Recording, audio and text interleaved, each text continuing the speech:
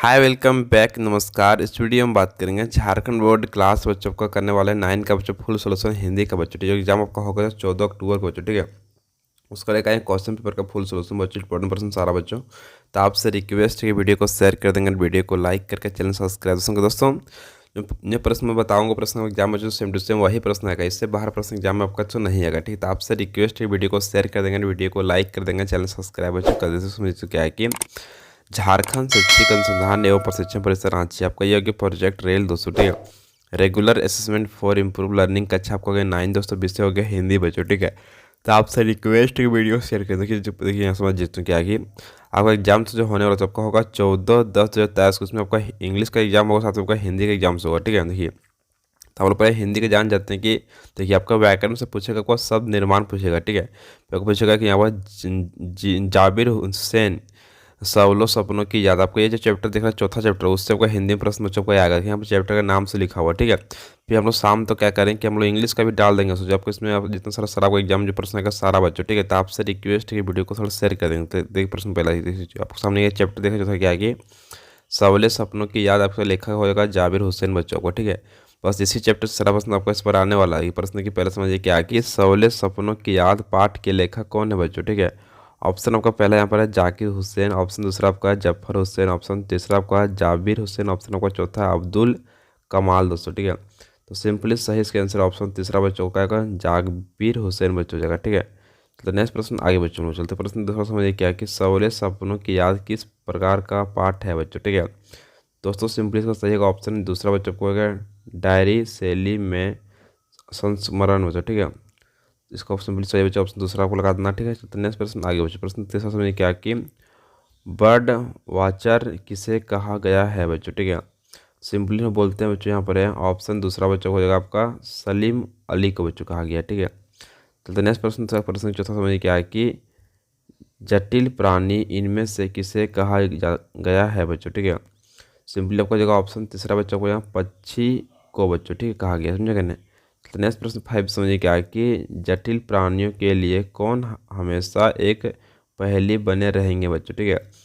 दोस्तों प्रश्न की तीसरा समझिए क्या है कि सलीम अली उसका नाम दोस्तों जाएगा, सिंपली सही इसका आंसर हो जाएगा ऑप्शन तीसरा बच्चों का, ठीक है। चलते नेक्स्ट प्रश्न छठा समझिए क्या है कि सलीम अली ने अपनी आत्मकथा का क्या नाम रखा था बच्चों, ठीक है। आपको यहाँ पर चार टुकने का ऑप्शन बच्चों सिंपली को सही लगाना हो जाएगा ऑप्शन बच्चों यहाँ पर फॉल ऑफ ए एस्पेरो, इसका जो नाम वही रखा था, ठीक है। इसको सिंपली आपको याद कर लीजिए, ठीक है। प्रश्न देख सातवां समझिए क्या है कि सवले सपनों की याद पाठ में किनका वर्णन हुआ है बच्चों, ठीक है। आपको इस तरह से प्रश्न एग्जाम पूछेगा, प्रश्न आपको आत्म मिश्रा पूछ सकता है आपको कि सवले सपनों की याद पाठ का नायक कौन है बच्चों, ठीक है। तो इसको सिंपली हो जाएगा आपका सलीम अली का बच्चों, प्रश्न आपका सारा इसी से आएगा, ठीक है। सिंपली जाते नेक्स्ट प्रश्न के आठवां समझिए क्या है कि सलीम अली प्रकृति की दुनिया में एक टापू बनने की बजाय अथाह सागर बनकर उभरे थे। यह पंक्ति किस पाठ का है बच्चों, ठीक है।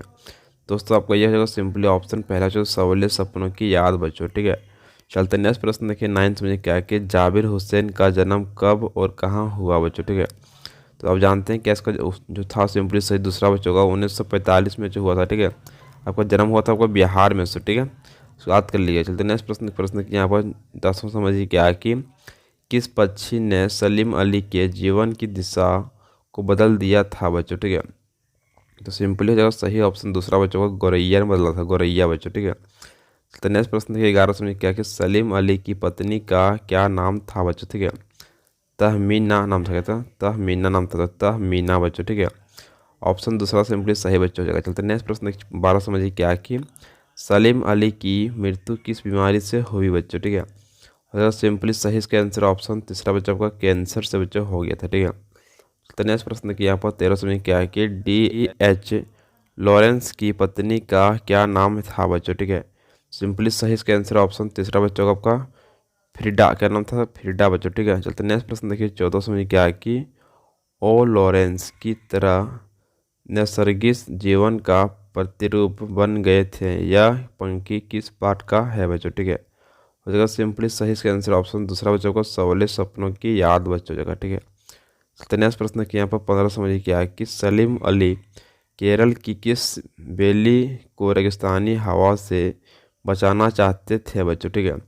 तो सिंपली से सही आंसर बच्चों का ऑप्शन दूसरा बच्चों का साइलेंट बच्चों, साइलेंट बच्चों, ठीक है। चलते नेक्स्ट प्रश्न देखिए 16 में क्या है कि सलीम अली किस प्रधानमंत्री से मिले थे बच्चों, ठीक है। तो ऑप्शन सिंपली सही इसका आंसर लगाना हो जाएगा ऑप्शन दूसरा बच्चों का चौधरी चरण सिंह से बच्चों मिला था, ठीक है।